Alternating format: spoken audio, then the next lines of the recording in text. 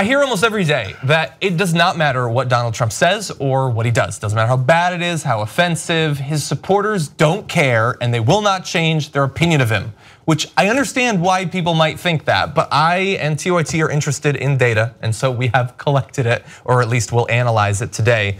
Thankfully, Quinnipiac has some polls, and they have noticed a striking shift in the percentage of various groups across America who strongly support Donald Trump. So this is strong approval amongst Republicans. Look, it's still high, yes, but it has dropped 10 points on average. You see the trend going down there. That is just from a little bit after his inauguration until today.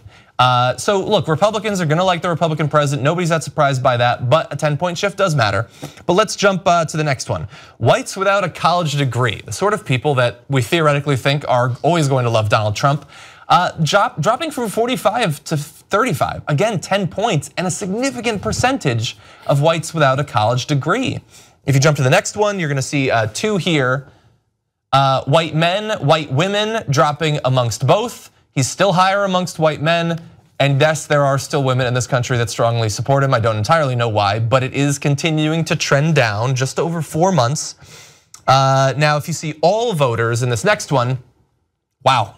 It's down to 25 points from above 30. So in all of these, it is trending down over time, which means, yes, it might be glacially slow, but people are catching on.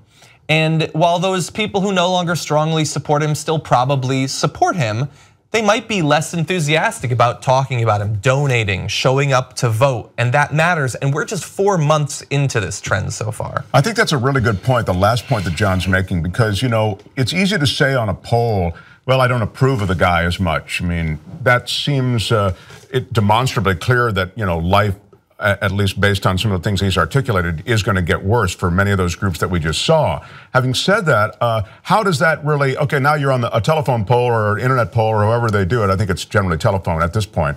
But the fact is, how does that manifest itself in terms of action among that group? Yeah. And what John said is how it helps the progressives and the left, because they're less likely to turn out. You're gonna have a Hillary Clinton syndrome, but it's gonna be happening on the other side. And that is, yeah, I hope she wins because I don't want Donald Trump to win, but I'm not gonna go vote for her. I mean, you just don't care. Really. It also allows you, again, with messaging and trying to win even midterm elections, you can run against him without saying, look how much this guy came out against us, which is what was happening during the election because he's that kind of character.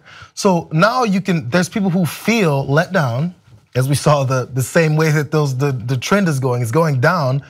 They feel like there's an opening there. So that distance is an open of this many people who are thinking, I need someone to let me know that they actually are gonna do something for me. Yeah, maybe maybe there's an awakening to whatever he said that for some reason, I'm still not sure how they believed he would do what he said he would do that got them in. There's that gap for someone to come in and say, I'm gonna do those things. Now here's the bad news. I think that there is still a void there that will likely be filled by a GOP candidate. I don't feel as though these are people who are looking for just anybody. Things are gonna get so bleak that they're, okay, I'm gonna go across the aisle. No, probably not.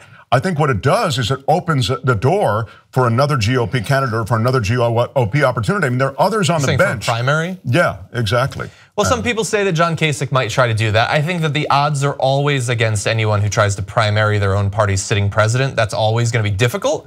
But it is possible, and maybe he won't be the president at that point. I think that's more likely, and under any number of scenarios that we run out, in this forum before. But I think it's possible that he steps away or one term's enough. I mean, it's not at all unprecedented for a president to say, I don't want the second term. That's possible. I think the odds of him being impeached are still incredibly low. No, I agree with that. Low. I think but him stepping away, that is a little bit more likely based on his personality. It is unprecedented for a president to say, I don't want my second month, which I think he did kind of say. Yeah, this is much harder than I thought. Much harder than I thought, man. My previous life was so great. I could golf as much as I'm golfing now.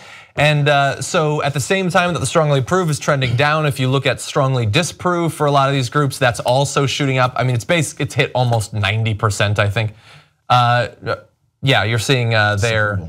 Wow, that's high. That's really high. So let's not go to any more of these because we do want to move on in a second. But Especially for the young people. I mean, the strongly approving for Donald Trump amongst the youngest voters, 18 to 34, is like nothing. It's like nothing. And more of those people are going to be voting in the next election. And the people who are younger than them, I don't think that they're closet Trump lovers. And so again, this is always going to be trending in a way that does not work in the GOP's favor, assuming that the Democratic Party doesn't do something ridiculous to shoot itself in the foot. But why would we ever assume they might do that? What do you get for Young Turks membership? It's a mystery. Only one way to find out. TYTnetwork.com/join.